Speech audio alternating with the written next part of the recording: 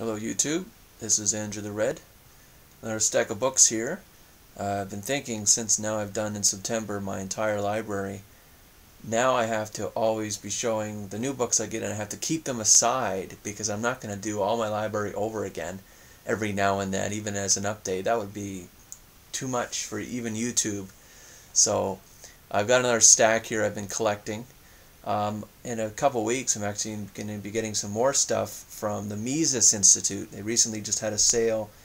Every year, Mises Institute, of course, is founded on Ludwig von Mises, an Austrian, and every year on his birthday they have a sale, and so I bought a bunch of stuff on his sale and had them shipped. So, but I don't have them yet. I will have them in a couple weeks, and I'll do that as a separate video. But these books I have right here, this stack of maybe 15 or so, are all just kind of random stuff that I've got in, or that I've gotten from used bookstores, I don't know, I guess the last 2 weeks or something. So we'll start with this one, Ayn Rand's The Romantic Manifesto. I got this off that Free Objectivist Books website. Someone sent it to me because I requested it and put my reasons why I wanted the book. I'm only about just a few chapters in. It's interesting. Talks about art as being representative of your values, especially the kind of art you like, and this isn't just painting but also music and things like that. And she also mentions that like sense of life out of art, and also that art represents your, what was it, metaphysical value judgments. Oh, what the hell does that mean?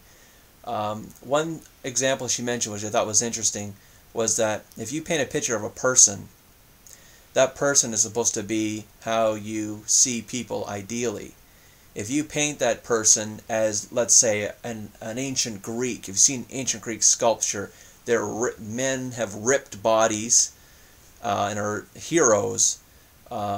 And the women, of course, are very beautiful and ideal.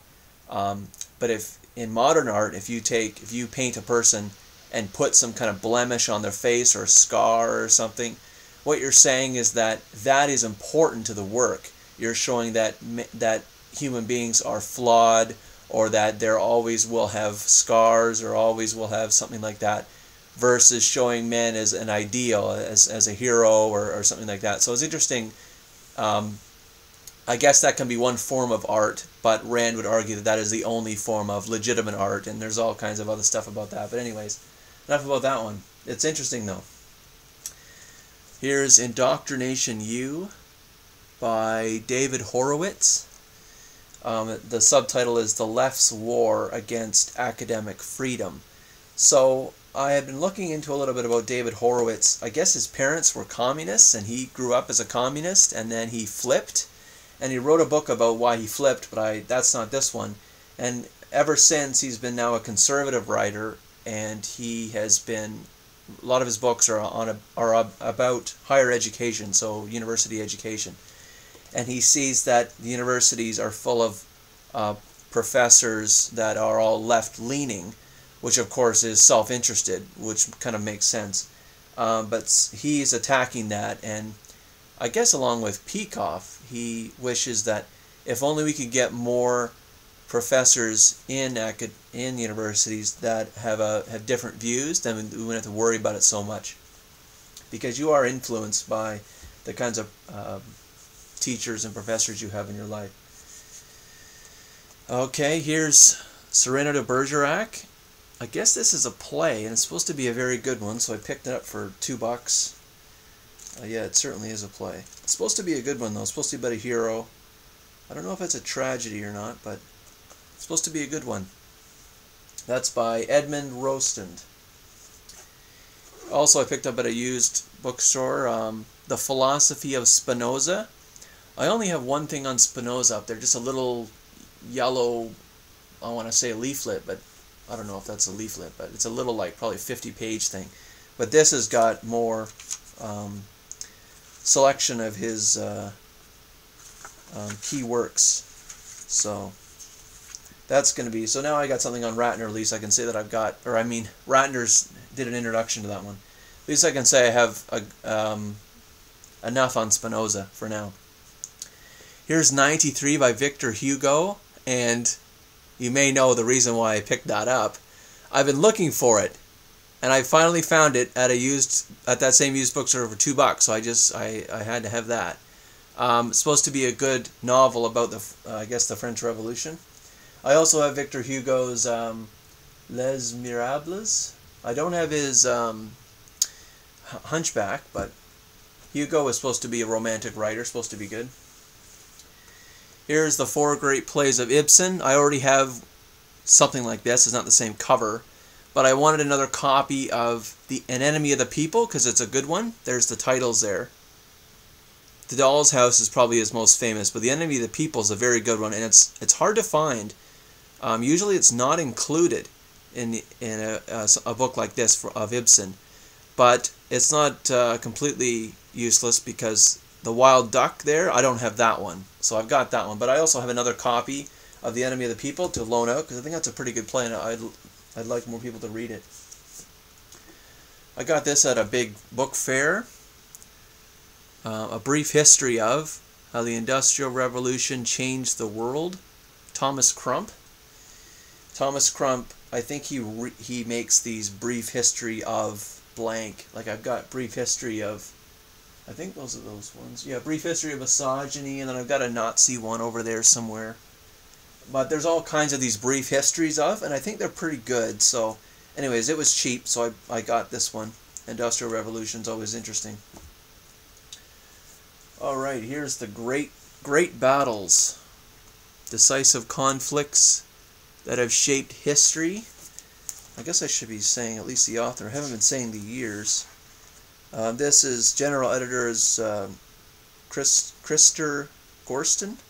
I picked this up because it's all full color pretty much, and it's got nice pictures, and I thought that was worth it. I think maybe it was $5 or something. There's Trafalgar. For some reason, Trafalgar's talked about a lot in American history. I don't really know why.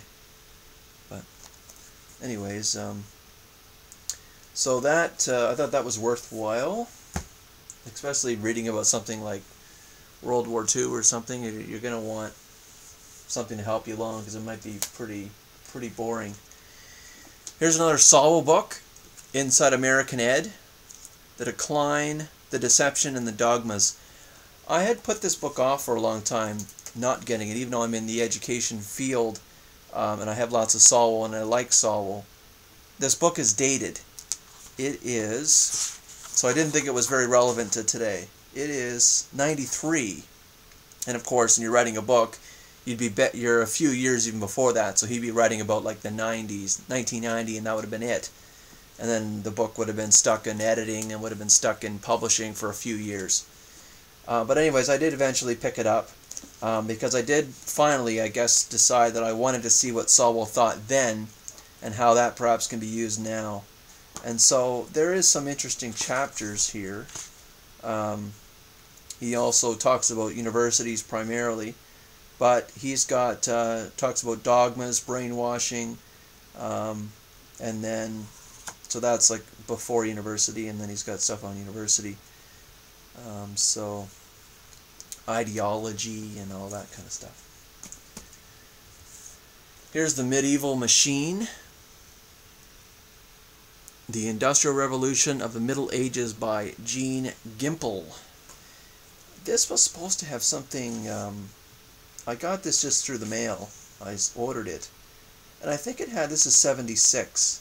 Yeah. I think it had an alternative history of the Industrial Revolution, something like that.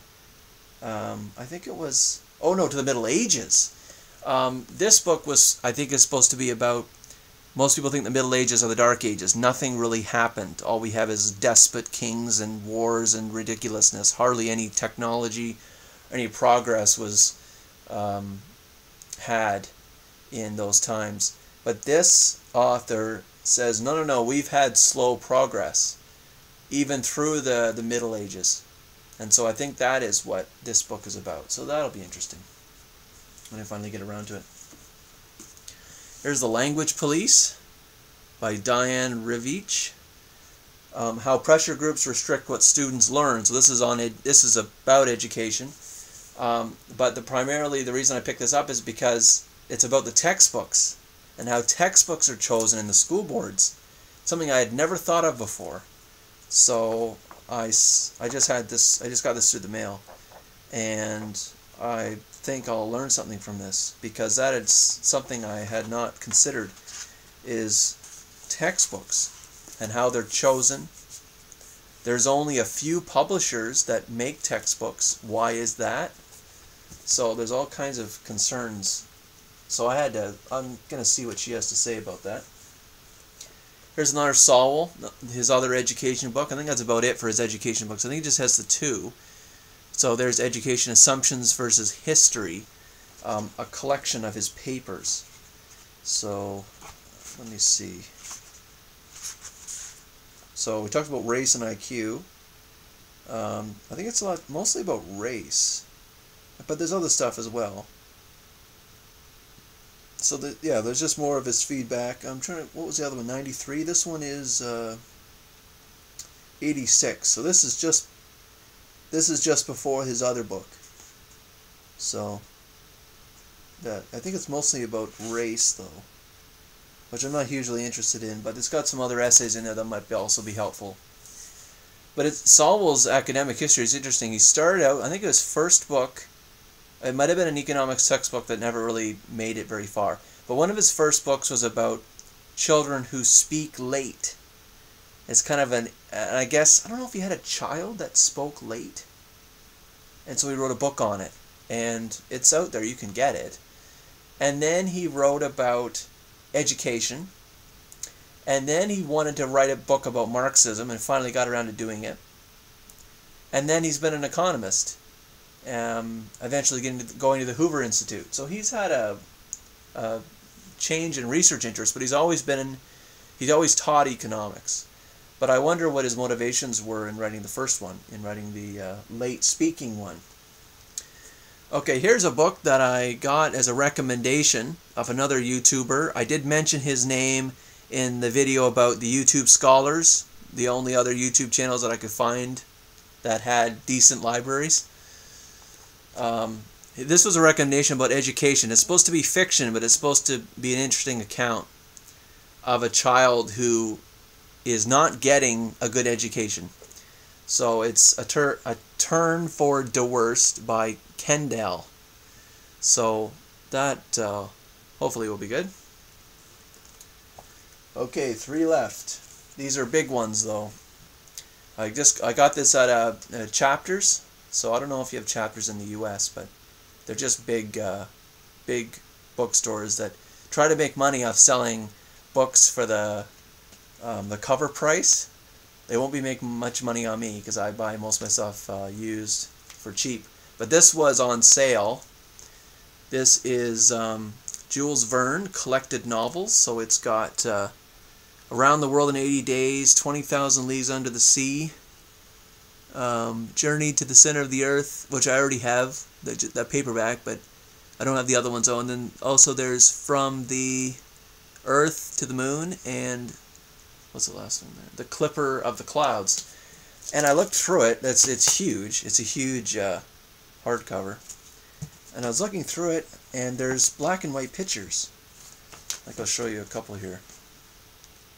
In the novels, like that one is Around the World in 80 Days.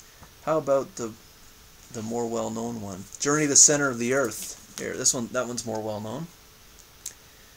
And I was thinking, well, that's sweet. And I think it was about $12. So I thought that was a good deal for 5 novels, and then it's all nice and nice big hardcover, and it's got pictures.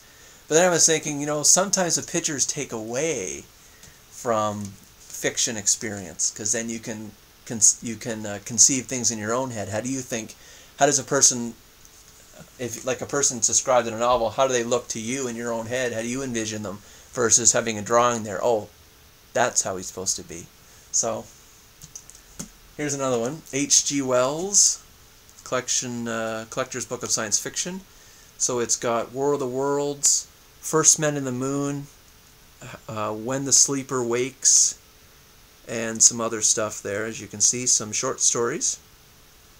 So of course War of the Worlds is his most famous, and they made a movie on that with Cruise, right? So once again, this is a nice, got all those books in there, and it's got pictures. So also I think it was $12. There's another one here. So I thought that was worthwhile. It's nice to have nice hardcover all together like that. Yeah. In case anyone's ever wondering, usually these covers you can take off, but then it's just it's just usually plain-o. But sometimes they print the cover, like the plastic cover on the hardcover, but sometimes, but it's pretty rare. One more. The Historical Atlas of World War II. I think this was at that book fair.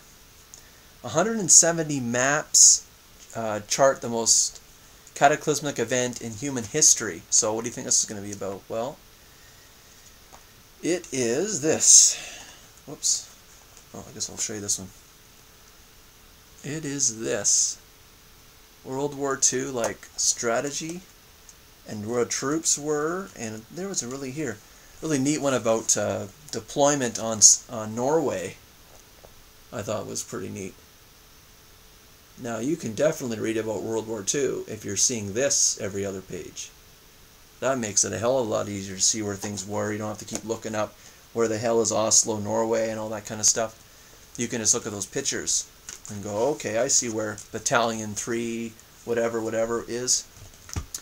Okay, that's books for October, middle of October 2012.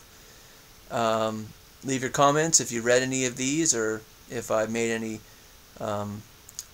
misstatements about a book, or if one of them you liked, or any recommendations.